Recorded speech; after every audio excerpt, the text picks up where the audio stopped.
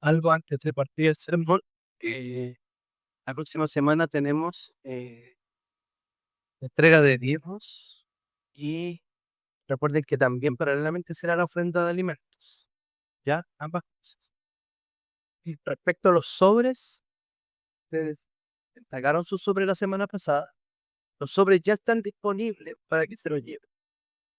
¿Ya? Aquellos que no tienen sobre todavía, solicítenselo al tesorero para que él la próxima semana se los dé. ¿Ok? Lo importante es usar la papeleta de adentro, sea efectivo, cheque, transferencia, lo que sea, ponga el monto y la fecha a la cual corre.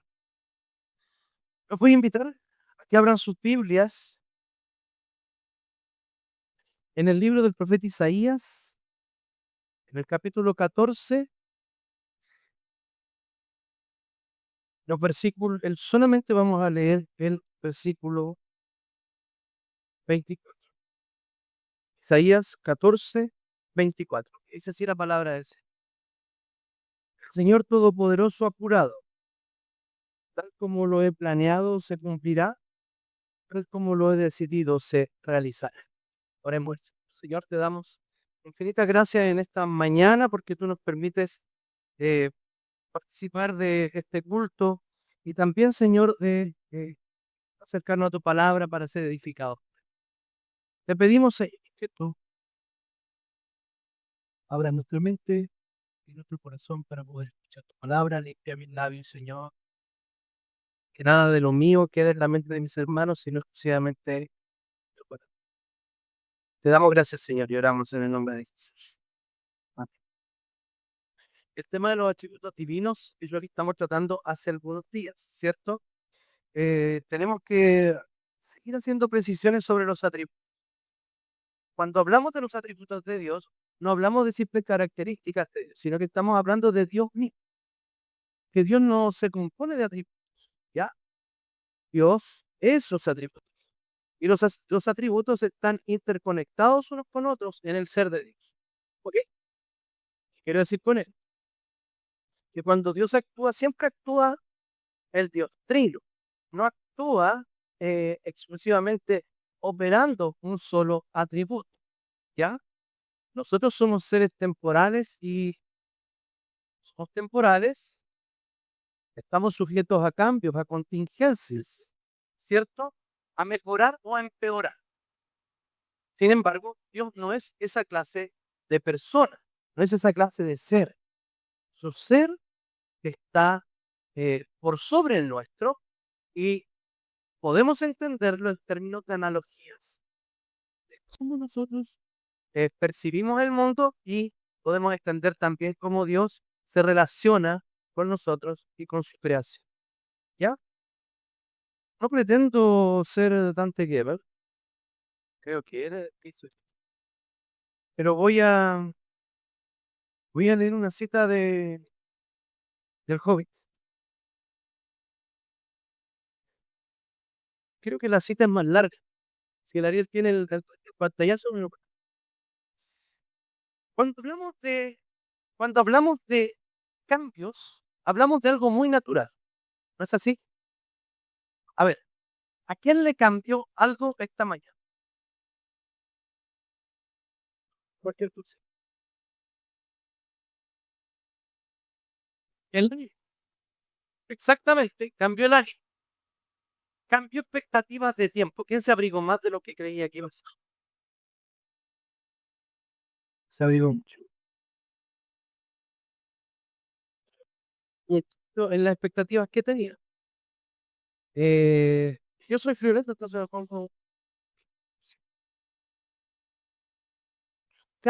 cambian los planes. Probablemente algunos se quedaron en casa porque cambiaron las circunstancias. Y también, por las circunstancias, cambiaron ellos. Esto quiere decir que para nosotros el cambio es tremendamente natural. Incluso el cambio es deseable, ¿o no? ¿Cuántos quieren que su esposa o su marido cambie de alguna manera? ¿Cuántos quieren? Levanta la mano. No, el suegro no cuenta. Habrá tus problemas con la neta ya. Eh, eh, Entonces las personas es deseable incluso el cambio. Hay una cita de Tolkien que es un acertijo, y es uno de los acertijos que Gollum le hace a Bilbo y que dice de la siguiente manera: este devora todas las luces, árboles y flores, roe el hierro, muerde la selva, tritura las peñas, mata las montañas y al rey arruina como a su feo. Está hablando del tiempo, está hablando de cómo el tiempo produce cambios en todo lo que le rodea. Yo me pareció muy extraño, yo entré a mi oficina ahora, recién, y no tiene el mismo orden que yo tenía cuando la dejé. O sea, me ordenaron las cosas. No tienes que ordenar las cosas. Eso produce un cambio mecánico. El cambio que produjeron allí fue claramente inevitable. ¿Saben por qué? Porque todo tiende al caos. ¿No es así? Cosas no evolucionan hacia lo bueno. Se ordena y ¿qué pasa? Se desordena. ¿Cierto? Se limpia, se ensucia. Bueno, entonces hay cambios y el tiempo es implacable respecto a los cambios. Ahora bien, cuando hablamos de Dios, vamos a hablar hoy día del Dios que no cambia. Vamos a hablar sobre la inmutabilidad de Dios. Entonces, la mutabilidad significa que algo es cambiante, que algo ha cambiado. La mutabilidad entonces se refiere a una entidad creada, a incidentes o circunstancias o a la voluntad. Toda criatura, de una forma u otra, está sujeta a cambios y tienen en sí misma el potencial de cambiar y también que pueden ser cambiados. Sin embargo, el Señor nuestro Dios es absolutamente y en todos los aspectos inmutable, tanto en su esencia como en su voluntad. Sí, incluso la posibilidad de cambio es totalmente. Hace una referencia a eh, aquí, la posibilidad de cambio, sin decir que es buena o mala, dijimos que a veces era indeseable o a veces deseable, corresponde única y exclusivamente a las criaturas. Porque si el creador estuviera sujeto a circunstancias, a contingencias o a accidentes, estamos hablando de un Dios que no es verdaderamente un Dios. ¿Ok? De hecho, se parece más a los dioses paganos. Los dioses paganos, en el contexto del Nuevo Testamento, están sometidos a qué? A pasiones. Están sometidos a pasiones. Entonces ellos logran enamorarse y odiar y hacer un montón de cosas, pero cambiando su propia esencia y su propia voluntad, no simplemente cambiando las relaciones que tienen con los mortales. ¿Ok? Entonces, cuando hablamos del cambio, estamos hablando que Dios es inmutable en ciertos aspectos. Hoy día estábamos tratando con la terminología del catecismo, estábamos tratando el- la pregunta número 7 sobre, sobre los decretos de Dios. Y claramente, como el catecismo está relacionado todo uno con otro, me recordé para hablar acerca de el propósito eterno de Dios, que sería el decreto. Les dije entonces, piensa en el Dios que decreta, en el Dios que decreta, para entender qué es el decreto. Paréntesis. Por eso estamos hablando de esta área de la teología. Esto se llama teontología o teología propia, que habla acerca del carácter y de los atributos de Dios. Yo personalmente creo que cuando tenemos una teontología, una idea sobre Dios errada, todas nuestras ideas sobre nosotros, sobre el mundo, son erróneas. Entonces, ¿quién es Dios? La pregunta número 4 del Catecismo Menor que están estudiando sus hijos. Dios es un espíritu infinito, eterno e inmutable en su ser. O sea, es infinito, eterno e inmutable. Esas tres cosas en su ser: sabiduría, poder, santidad. Punto. Y verdad. Esto quiere decir que Dios, tanto en su en su esencia misma y en la voluntad que ha decidido hacer, no cambia en absolutamente nada. Pero no significa que porque Dios es una roca sobre la cual podemos pisar firme, significa que sea un Dios inmóvil o capaz de compadecerse. No estamos hablando de eso. Porque la Biblia sí dice que Dios tiene ciertos sentimientos y lo vamos a ver más adelante. Entonces, en primer lugar, Dios es inmutable en su ser. Vamos a ver. El libro de Números, capítulo 23, versículo 19 dice: Dios no es hombre para que mienta, ni hijo de hombre para que se arrepienta. Él dijo y no lo hará, y no lo ejecutará. La NBI dice: Dios no es un simple mortal para mentir y cambiar de parecer. ¿Acaso no cumple lo que promete ni lleva a cabo lo que dice? Esta profecía que estamos viendo en Números, ¿saben de quién es? De un profeta pagano, sincretista y que quería hacer plata con su brujería. Él es Balaam y profetiza y dice esto claramente, verdad, de verdad de Dios. Y Dios por medio de este profeta dice estas características de él. O sea, nos está diciendo, está comparando dos cosas. Está comparando a hombre, lo llama hombre e hijo de hombre, y dice que Dios es lo contrario a aquello. Esta es una comprensión de Dios por negación.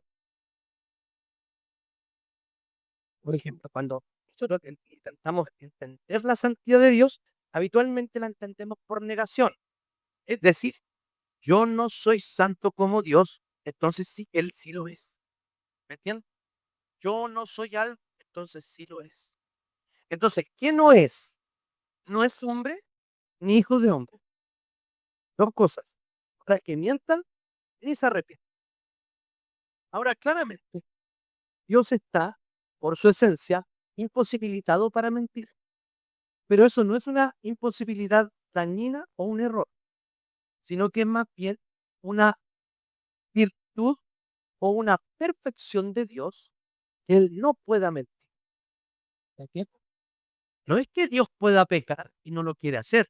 No. Les voy a poner el siguiente. Un alacrán le pide a una rana que le cruce el río. Entonces, la rana, con cierta desconfianza, le dice que se suba a su. Va en medio del río la rana con el alacrán en la espalda. ¿Saben lo que hizo el alacrán? Lo enterró en la guía. Y la rana le dijo: idiota, ¿qué hiciste eso? No vas a morir, no. Te voy a morir tú también. ¿Saben por qué lo hizo? El alacrán. Como la señora enojada. Y soy yo. Porque en mi naturaleza, o sea, no pudo evitar el alacrán tener una espalda suave y para su aguijón y no enterrarse. Actuamos según nuestra naturaleza. Entonces Dios actúa según su propia naturaleza. Como no es hombre y como no es hijo de hombre, como dice Números, no, no existe ni se puede arrepentir. ¿Ok? Entonces, la naturaleza y la extensión del conocimiento que tiene Balaam sobre Dios verdadero no sabemos cuánto tenía. Aunque, como dije, era un famoso hechicero, era un falso profeta, pero aún así tiene algún respeto por el Dios verdadero y habla acerca de estos atributos de Dios, que ciertamente entendía o se entendía en la mitología de su tiempo, que eran los dioses, o sea, no es que eran a religiosos, muy por el contrario. Entonces, en el transcurso de esta narración, Balaam se establece como un ejemplo principal de falso profeta y maestro, después citado incluso más adelante en la sequía. Entonces tenemos este primer versículo que nos indica que Dios, en cuanto a lo que es, o sea, a su ser, Él no miente ni se arrepiente. Esto tiene más que implicaciones que vamos a ver más adelante. Hay otro texto, el Salmo 102, los versículos 25 al 27 dice: Desde el principio tú fundaste la tierra y los cielos son obra de tus manos. Ellos perecerán, mas tú permanecerás. Y todos ellos, como una vestidura, se envejecerán. Como un vestido los mudarás y serán mudados. Tú eres el mismo y tus años no se acabarán. Fíjense que está hablando en términos humanos, de tiempo. Hoy día hablábamos con los niños de la clase 3 y los intermedios. Y yo trataba de explicarles lo que era la eternidad.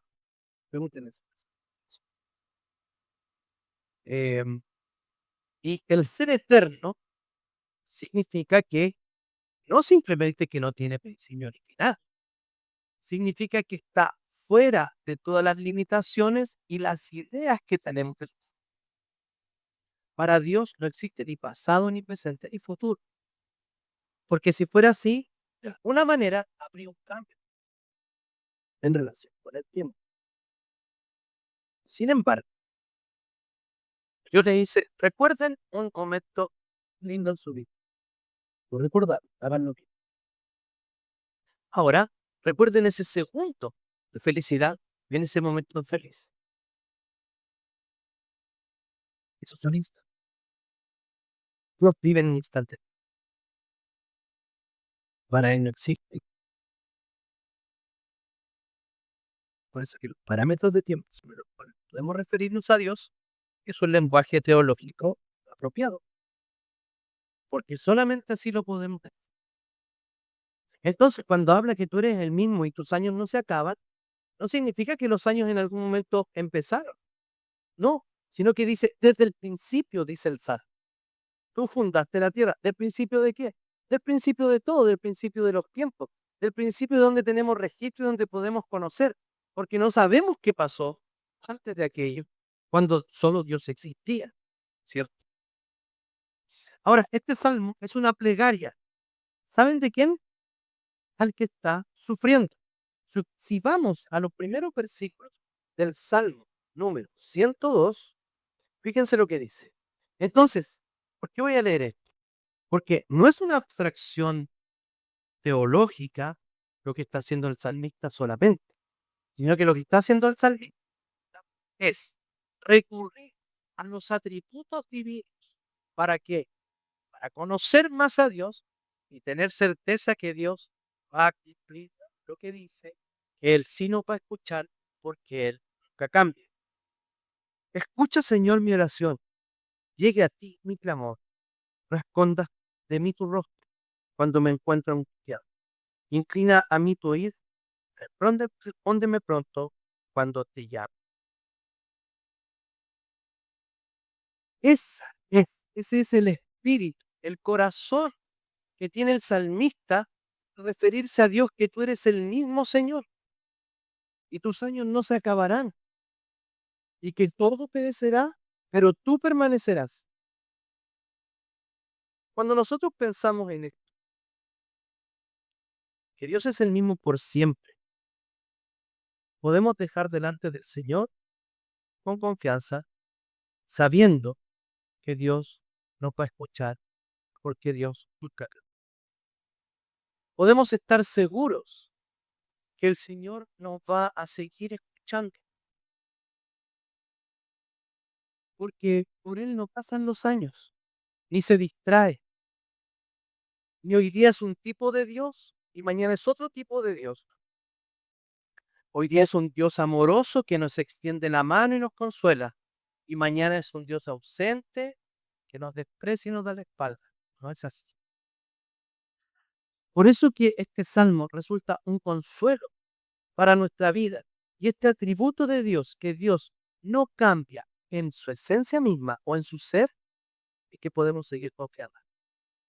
Cuando no confiamos en alguien, ¿saben por qué es? Porque no sabemos quién realmente es. ¿O no? Piense en eso.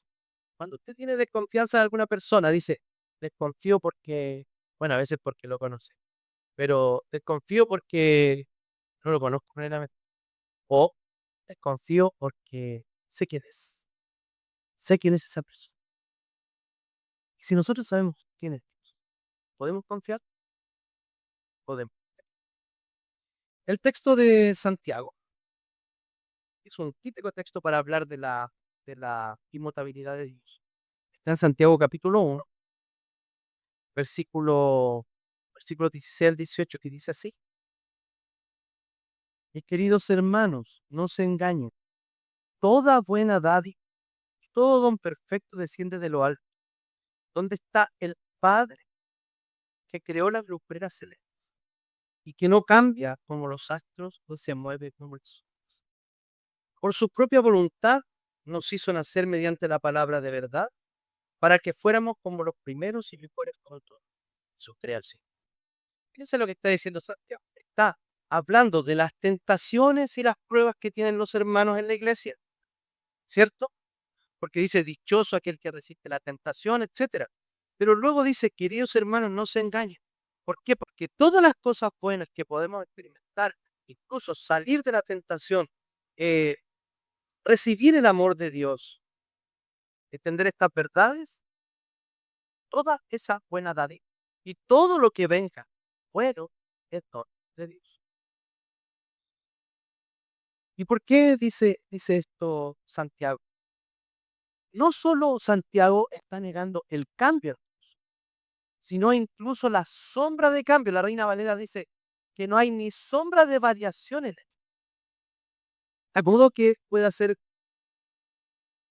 contrastado con el Sol, que es una fuente de luz material, o que esté sujeto a diversos cambios porque su luz fuera interceptada por otro cuerpo. Dios es el Padre de las luces. No conoce trópico alguno y no puede ser oscurecido por ninguna nube, puesto que no hay nada que intercepte su influencia.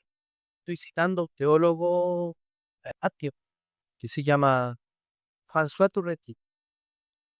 Él habla mucho sobre esto y está explicando el texto a partir de la propia metáfora que pone sobre las luces y que fíjense, lo pone en contraste con la creación de Teochi, de teoría Turretin.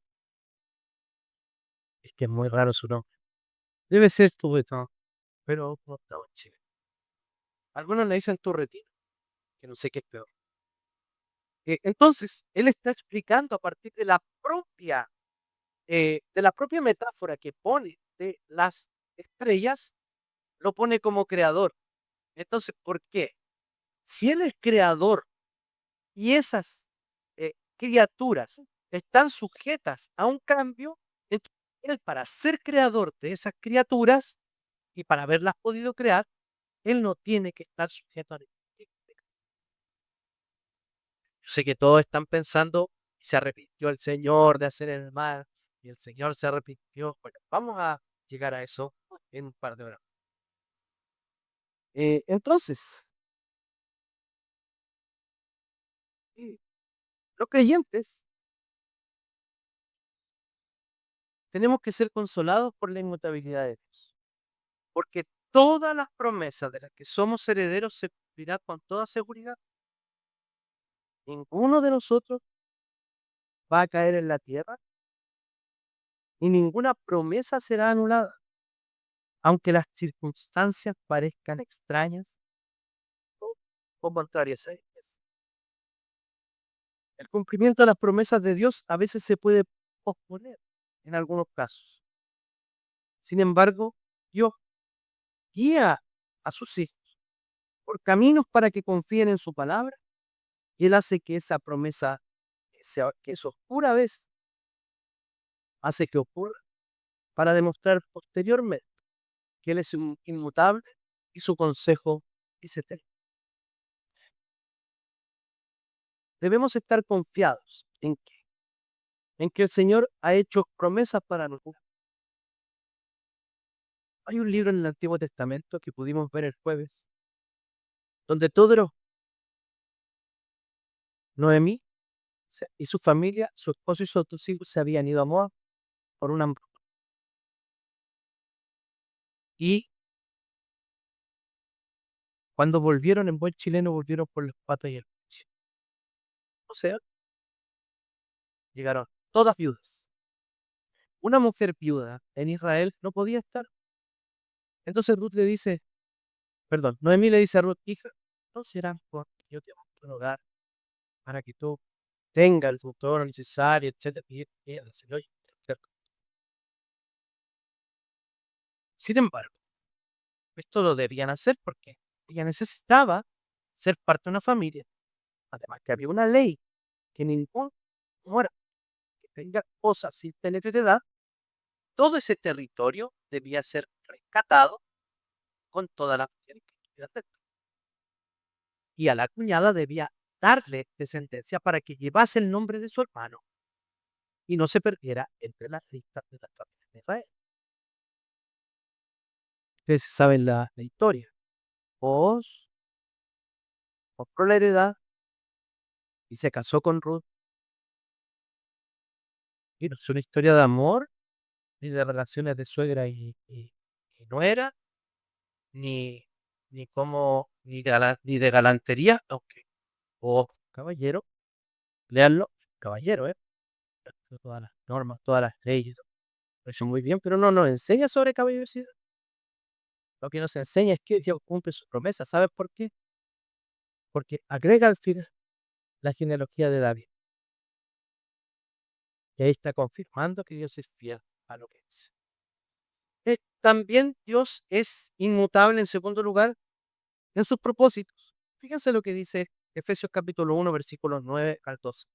Él nos hizo conocer el misterio de su voluntad conforme al buen propósito que de antemano estableció en Cristo, para llevarlo a cabo cuando se cumpliera el tiempo.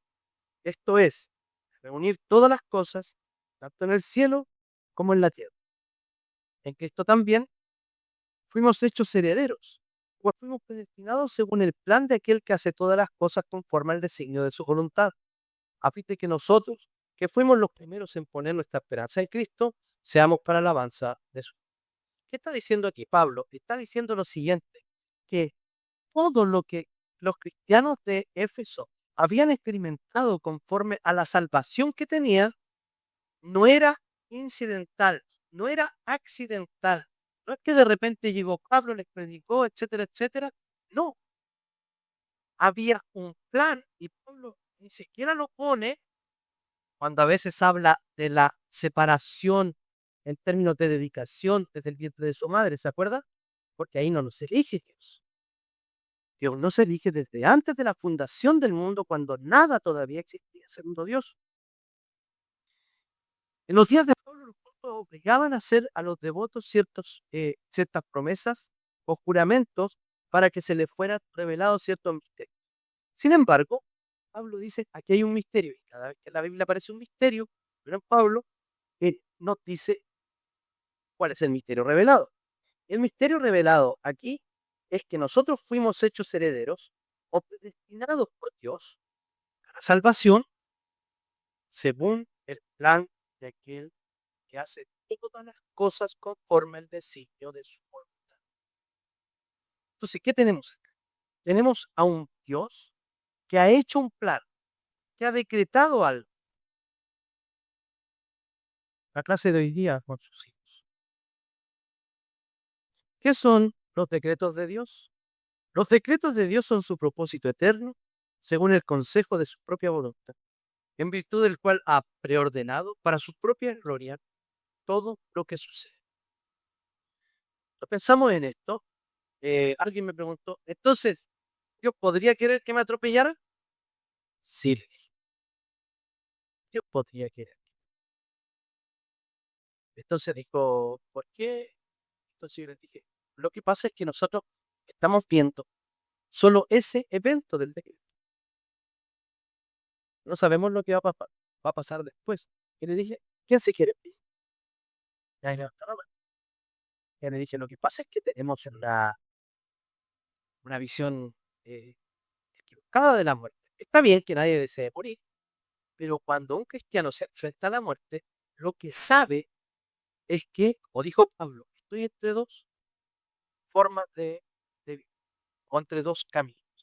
Dice, seguir aquí, seguir viendo el ministerio o morir y estar con Cristo, que es mucho mejor. Entonces, claramente cuando pensamos en las cosas malas, pensamos en perspectiva temporal y no pensamos en el decreto. Eh, la, ¿Vieron la foto de Zelensky? O sea, sí, la foto de Zelensky y Trump haciendo una reunión en un salón. Yo la primera vez que vi la foto los vi a ellos con una foto muy cercana. ¿Por qué se dan tanto color si ya sabemos que están conversando y que Trump le está diciendo que a Putin que tiene que parar? Pero fue mucho más decidora. De hecho, le dijeron la mejor foto del funeral, o algo así. Cuando la vi en plano completo. Al verla en plano completo, ellos estaban en un salón majestuoso, impresionante, muy parsamente sentados en el centro, conversando sobre la política mundial y en el Vaticano. Se ve distinto, se percibe distinto la foto al estar cerca y al estar lejos. ¿Sí o no? Otro ejemplo. ¿Alguien conoce la Mona Lisa? ¿Cierto? Tiene muchas partes negras. Si nosotros vemos un detalle, así se llama el trocito de una pintura, si vemos un detalle de la Mona Lisa y vemos el detalle de su mano, ¿qué vemos? Negro. No vemos nada. Pero si nos tomamos la perspectiva del pintor y vemos todo, ¿qué vemos? La obra completa. Es exactamente lo mismo con nosotros. Nosotros no conocemos el plan completo de Dios en términos de lo que ha decretado. Sí conocemos lo que Dios quiere para nosotros en la Escritura. Y esta es la voluntad que debemos buscar. La otra es la voluntad en la que debemos confiar. Entonces, el beneplácito del Padre, el propósito que tenía Él, el propósito que abrigó, el plan en la que su alma se deleitó, trazado en la eternidad, iba a realizarse en algo que también Él iba a crear, que es el tiempo. Y ahí que Pablo prosigue para ser llevado, dice, perfecto hasta el cumplimiento del tiempo, a fin de que nosotros seamos los primeros. Pablo está hablando de que el propósito de Dios no es meramente salvarnos a nosotros. Nos ha revelado el misterio, que el propósito de Dios es redimir a todos sus elegidos, a toda la creación. La Sophie dijo que le había gustado esa sección de no llorar. La promesa del Señor en Apocalipsis 21 es que el Señor mismo enjugará toda lágrima de sus ojos y no habrá más llanto, más tristeza y más dolor, porque las primeras cosas han dejado de existir. Pero sigue hablando el texto, anteriormente habló el texto, ¿no?, de que venía la Nueva Jerusalén, la iglesia, a esta tierra, para que Dios habite con ellos. ¿Cuál es el propósito que se propuso Dios en el principio? Formar un pueblo para sí. Y cuando hizo la promesa a Abraham, dijo que él sería su Dios y su pueblo. Él sería su pueblo. Y cuando le hace la promesa a Moisés, le dice que él estará en medio de ellos. Y está en el tabernáculo y en el templo. Cuando le hace la promesa a David, dice que el trono va a ser para siempre. Y Dios es tan estricto e inmutable con sus propósitos que podemos ver al final de la historia, como les decía, que después vi un cielo nuevo y una tierra nueva porque el primer cielo y la primera tierra habían dejado de existir, lo mismo que el mar. Y además, la ciudad santa,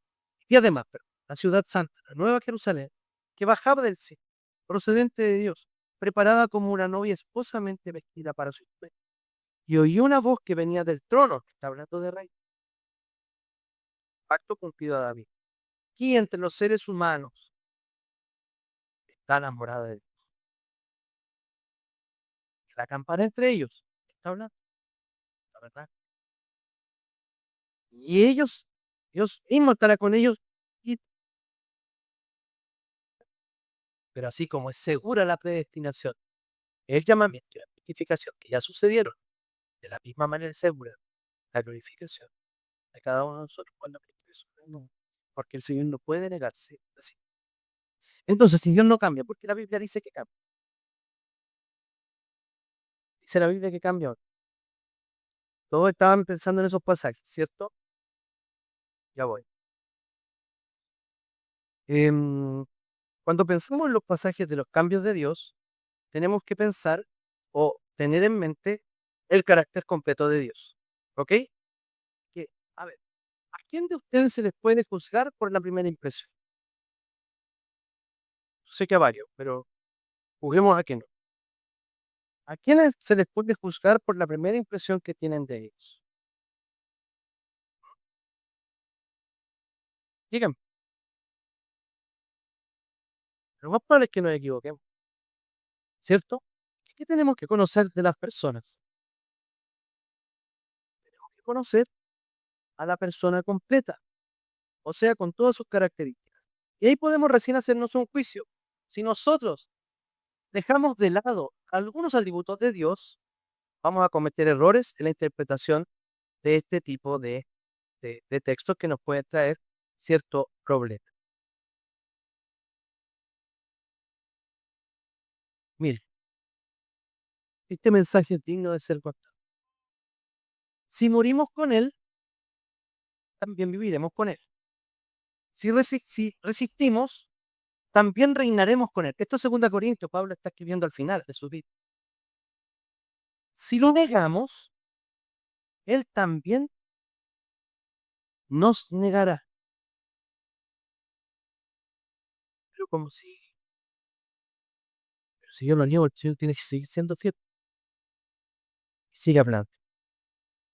Si somos infieles, Él sigue siendo fiel, ya que no puede negarse así. Fíjense el juego que hace Pablo. Pablo, ciertamente Dios debería negarnos si nosotros lo negamos. Y algunos los negará, pero no porque no les cumpla una promesa, porque nunca han sido lo que creían ser. Pero dice, si somos infieles, Él sigue siendo fiel. Hay otra parte en la escritura, y con esto vamos a ir terminando. En Génesis capítulo 6, versículos 5 al 6. Y vio Jehová que la maldad de los hombres era mucha en la tierra, y que todo designio de los pensamientos del corazón de ellos era continuo solamente al mal.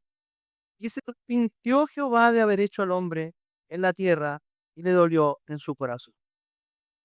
Dios hizo al hombre, se descarrió, sabemos lo que pasó, el mal fue horrible, y decidió salvar una sola familia y destruir al resto. Iba a destruir a todos. Y dice que se arrepintió Jehová de haber hecho hombre en la tierra. Y le dolió en el corazón. Voy a partir de atrás para él. Dios tiene corazón. Pregunto de nuevo, sin miedo a excomunión. Dios tiene corazón. Dios tiene un músculo cardíaco. Aquí está hablando no del músculo cardíaco, pero está hablando del centro de las emociones. Está hablando de cómo nosotros entendemos que duele el corazón. Si Dios no tiene corazón entonces, y tampoco es cambiante como las personas respecto a los sentimientos de su corazón, dice que se arrepiente. De la misma manera que Dios no tiene corazón, pero sí le duele, de esa misma forma Dios se arrepiente de haber creado al hombre. ¿Qué quiere decir esto? Es un antropomorfismo. Para explicar que no el error de Dios, porque dejaría de ser Dios, sino la profunda maldad en la que había caído la humanidad. Y de hecho después Dios el pacto con Noé lo hace ¿cómo? Diciendo que no iba a destruir más la tierra. Y el Señor, ciertamente, sus promesas. Cuando el Señor dio las tablas de la ley, hicieron el becerro de oro, Moisés empieza a discutir con él. Y cuando le dice, lo siguiente en el 32, 14, 13. Acuérdate de tu siervo Abraham, Isaac, e Israel, a quienes les por ti mismo. Yo multiplicaré la descendencia de ustedes como las estrellas al cielo y daré toda esta tierra de la cual les he hablado para que sea herencia para siempre. Entonces el Señor cambió de parecer y ya no les hizo daño a su pueblo. Entonces Jehová se arrepintió del mal que dijo que le iba a hacer a su pueblo. Otra versión. Entonces el Señor cambió de parecer. Entonces el Señor se calmó, dice el NBI. Son todas emociones humanas para dar a entender qué cosa. No dar a entender el cambio de Dios, sino dar a entender precisamente que Dios sí cumple sus promesas. En todo este relato del capítulo 32, nos está diciendo que Dios, por acordarse del pacto que había hecho con Isaac, con Abraham, Isaac e Israel, el Señor no los iba a destruir. Estos antropomorfismos nos sirven para qué? Para ilustrar también que Dios tiene una relación dinámica con su pueblo. No es que cambie, pero en un momento éramos merecedores de la ira cuando creímos en Cristo. ¿Qué pasó? Él nos hizo merecedores de la amistad. Pero no hay un cambio en Dios, sino que el cambio en quién sucede, en nosotros. La relación que tiene Dios con nosotros es exactamente la misma en cuanto a su ser, porque Él está actuando, no con atributos agregados o con atributos que se suspenden y se conectan dependiendo de la situación, sino que Dios siempre actúa siendo Dios. Y por eso podemos confiar en el Señor, por eso podemos confiar porque Él se relaciona dinámicamente con nosotros. Él se hizo hombre y nos puede entender. Sabe lo que es experimentar el tiempo, el dolor, la tristeza. El Dios inmutable que vino, se hizo hombre y murió por cada uno de nosotros. ¿Para qué? Precisamente para cumplir la promesa de redención que el Señor había hecho.